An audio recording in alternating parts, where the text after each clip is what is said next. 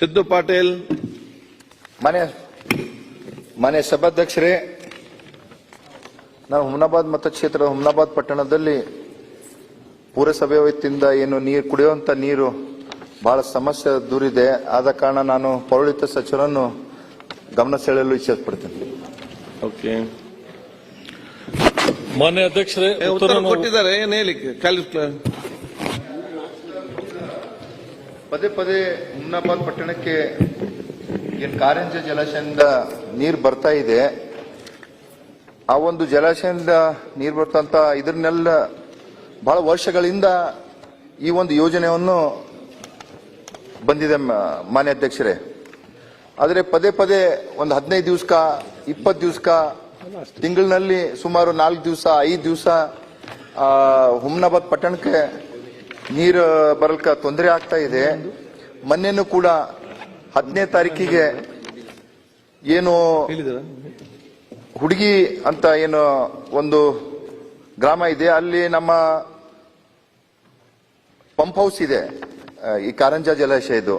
ಆ pump house ನಲ್ಲಿ ಅಲ್ಲಿಂದ ಒಂದು ಮೋಟ್ರು ಮತ್ತು ಪಂಪ್ ಖರಾಬ್ ಆಗಿ ಸುಮಾರು 5-6 ದಿವಸ ನೀರು ಸರಬರಾಜು ಆಗಿಲ್ಲ ಮಾನ್ಯ ಅಧ್ಯಕ್ಷರೇ.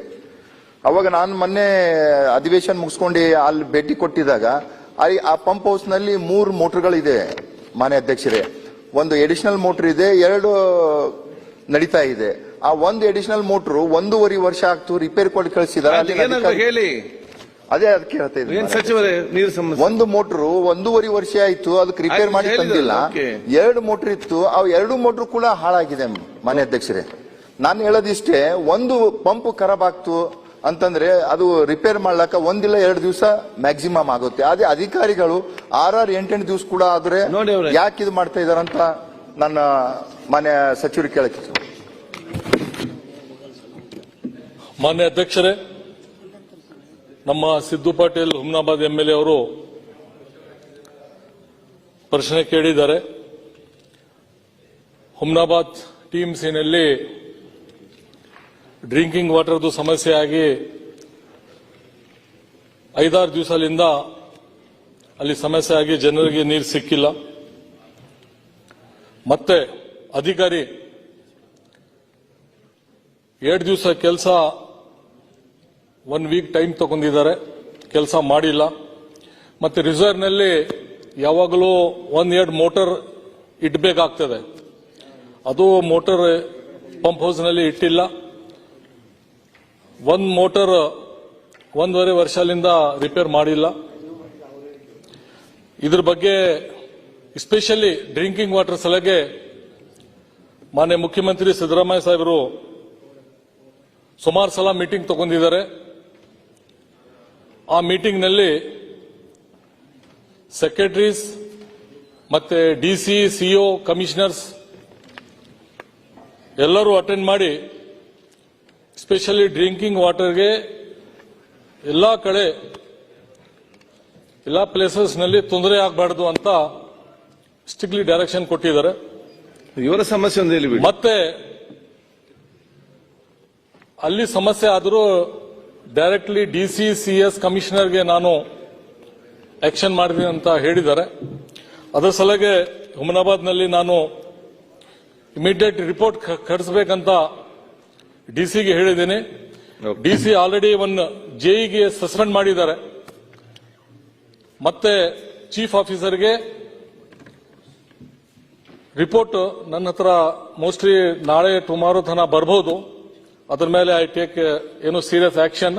ಓಕೆ. ಮತ್ತೆ ಸುಮಾರು ದಿವಸ ಪೈಪ್ಲೈನ್ ಆಗಿದೆ, 20-30 ವರ್ಷ ಆ ಪೈಪ್ಲೈನ್ ಮಾಡಿದ್ದಾರೆ. ಅದ್ರದ್ದು ಎಲ್ಲ ಡೀಟೇಲ್ ಮಾಹಿತಿ ತೆಗೆದು ಆಮೇಲೆ ಎಕ್ಸಾಮಿನ್ ಮಾಡಿ ನಾನು ತೀರ್ಮಾನ ಮಾಡ್ತೀನಿ ಸರ್.